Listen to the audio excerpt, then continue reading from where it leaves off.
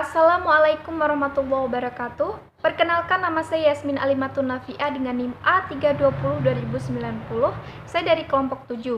Nah, di sini saya ingin menyelesaikan tugas yang diberikan oleh Bapak Mariadi selaku dosen matkul pendidikan psikologi. Nah, bab 7 ini judulnya apa sih? Oke, judulnya adalah pendekatan kognitif sosial dan juga behavioral. Kebalik. Pendekatan behavioral dan kognitif sosial. Oke, pada bab ini nanti akan ada 4 subbab yang nanti akan dibahas oleh saya dan juga anggota kelompok saya. Nah, apa aja sih? Yang pertama itu adalah apa itu pembelajaran. Nah, pada subbab yang pertama ini nanti akan saya jelaskan di video ini ya, teman-teman. Dan yang kedua itu ada pendekatan behavioral untuk pendidikan. Lalu yang ketiga adalah analisis perilaku terapan untuk pendidikan. Dan yang terakhir adalah pendekatan kognitif sosial untuk pendidikan. Baik, yang pertama adalah apa itu pembelajaran. Pada subbab ini saya akan membawa 2 pokok yang nanti akan saya jelaskan kepada Anda. Yang pertama itu yang disebut belajar dan bukan belajar. Itu apa saja, nanti akan saya ceritakan kepada Anda. Lalu yang kedua adalah pendekatan untuk belajar. Yang pertama itu kita akan membahas tentang apa yang disebut belajar dan bukan belajar. Nah, sebelumnya pembelajaran itu adalah dapat didefinisikan sebagai pengaruh dari perilaku, pengetahuan, dan juga keterampilan berpikir yang diperoleh melalui pengalaman. Nah, tapi apa yang kita tahu itu semuanya tidak semuanya itu diperoleh dari belajar. Ada juga yang kita itu mewariskan suatu perilaku dari kita sejak lahir.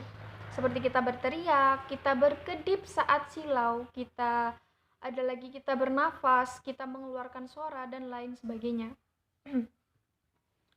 Namun kebanyakan perilaku manusia itu tidak diperoleh secara langsung. Maksudnya kita perlu belajar gitu untuk mendapatkannya. Seperti saat seseorang menemukan hal baru dan mereka berusaha memecahkan suatu masalah dari hal baru tersebut. Kita menyampaikan pendapat, kita mengajukan pertanyaan, kita menjawab secara logis, dan itulah yang disebut dengan belajar. Dan cakupan belajar itu sangat luas ya, teman-teman. Jadi cakupan belajar itu sangat luas. Seseorang belajar di suatu tempat, seorang anak itu pembelajaran itu melibatkan perilaku akademik dan non-akademik. Dan pembelajaran itu tidak hanya di sekolah, melainkan di seluruh tempat, seluruh penjuru yang itu adalah anak-anak, tempatnya anak-anak belajar. Gimana sih? Pembelajaran itu gini. Jadi pembelajaran itu melibatkan perilaku akademik dan non-akademik ya, teman-teman. Pembelajaran itu berlangsung di sekolah, di mana saja, di seputar lingkungan anak-anak itu. Jadi seputar lingkungan anak-anak tersebut itu disebut dengan lingkungan belajar anak. Baik, yang kedua adalah kita membahas pendekatan untuk pembelajaran. Nah, ada 2 pandangan nih yang nanti disebut sebagai cara atau pendekatan dari pembelajaran itu. Yang pertama adalah behavioral dan yang kedua adalah kognitif sosial. Nah, ini yang akan dibahas kita nanti. Oke, yang pertama adalah behavioral.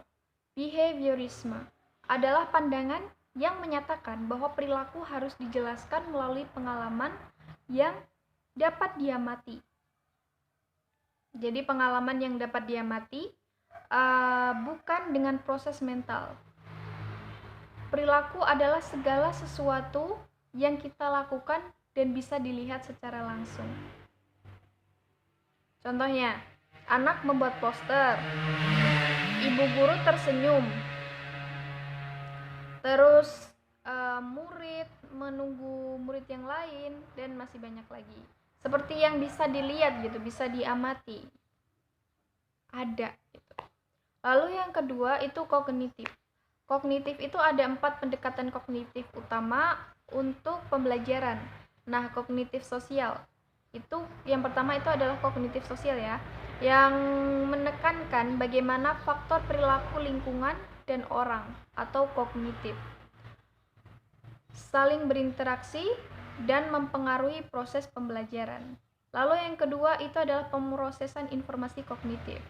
Nah, menitik beratkan pada bagaimana anak memproses informasi melalui perhatian, ingatan, pemikiran, dan proses kognitif lainnya. Lalu, konstruktivis kognitif itu menekankan konstruksi kognitif terhadap pengetahuan dan pemahaman. Lalu, yang terakhir adalah konstruksi sosial, yang mana fokus pada kolaborasi dengan orang lain untuk menghasilkan pengetahuan dan pemahaman. Baik, sekian dari yang saya jelaskan. Sekian, wassalamualaikum warahmatullahi wabarakatuh.